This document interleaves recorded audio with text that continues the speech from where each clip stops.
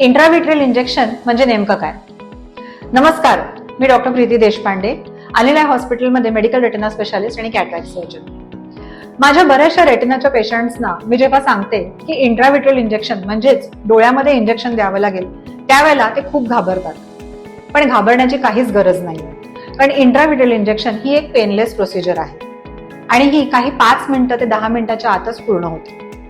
जेव्हा डोळ्याला सूज येते, म्हणजे सेंट्रल दृष्टीपटलाला डायबिटीजमुळे किंवा वेन चोकअप झाल्यामुळे सूज येते किंवा डोळ्यामध्ये जेव्हा खराब रक्तवाहिन्या तयार होतात वयोमानाप्रमाणे, म्हणजेच एज रिलेटेड मॅक्युलर डिजनरेशन नावाच्या आजारामध्ये, तेव्हा आपल्याला हे इंट्राव्हिट्रल इंजेक्शन द्यावं लागतं. सो पुढच्या वेळेला जर इंट्राव्हिट्रल इंजेक्शन घ्यायचं असेल तर अजिबात घाबरू नका आणि तुमच्या डॉक्टरांच्या सल्ल्याने ते नक्की घ्या.